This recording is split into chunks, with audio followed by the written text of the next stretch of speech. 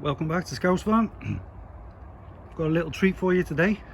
Another harvest has happened. You'll notice there's a gap here now where there were 2 buckets of potatoes ready to go. And if you remember from the previous video about potato blight, if you've not seen it, just scroll down and the video is entitled Potato Blight Strikes, I think. But the Charlotte and Desirees and the Pentland Javelin, all them potatoes were suffering from quite severe leaf blight, so I didn't want to leave them too long. I would normally leave them longer, but this year with the blight I decided against that, so I've harvested them. And here we've got the King Edwards and the Nicola variety. They're all looking healthy, touch wood, no blight on them, so they're going to stay. I'll let them leaves all turn yellow, and then once they've turned yellow I'll cut the leaves down and just leave the potatoes for when I need them. First thing, just want to grab a little snack. Let's have a little forage in here. Yep, we've got one ready there. A nice, gorgeous, homegrown organic strawberry.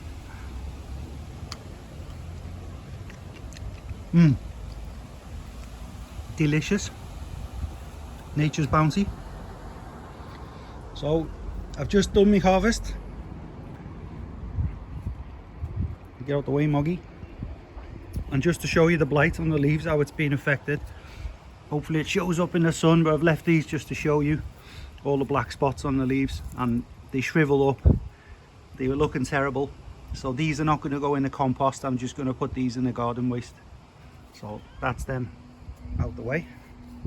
And here, look at what you can achieve out of a bucket this big. So there we have the Desiree variety, which are red skinned, obviously for anyone who's colorblind, they're red. And with blight sometimes it can affect the tubers, but luckily for me sorry, swallowing a strawberry, it's not affected them at all, and that is an incredible harvest. Some of them are quite big. I'll just show you there. Where's the big ones? That's a decent sized one. So with my palm of my hand, that's how big that is. It's brilliant. I'm delighted with that. And out of the soil, I've been able to fill from that bucket exactly up to the level line 2 of those 12-litre containers. So that can be reused again to plant on. And moving on to the Charlottes. So these are like a creamy yellow colour, and they are more oblong, I think is the shape in geometry if I remember from school, but I'm just made up.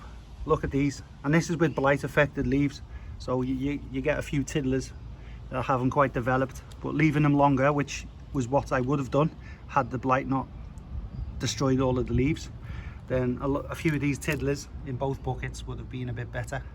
But it's still food, they still taste good, and you cannot moan at that from a harvest. So again, just like the Desiree, the remaining soil from the bucket, this one I had a bit more left over, so I filled another 2 buckets, and this is all going into the compost. And then from within the compost, or the buckets that the spuds were grown in, we've got little bits of wood that what I'm going to do is I'm going to put them on the wood chip paths, so nothing's going to waste at all. So the wood chip path there, I'm just going to pour them out and add to that. So there you go, got ourselves a nice harvest of Desiree and Charlotte potatoes, all grown, affected by blight, and come out of this size container. Thank you very much for watching. Please like and subscribe if you haven't already, and I'll see you again soon.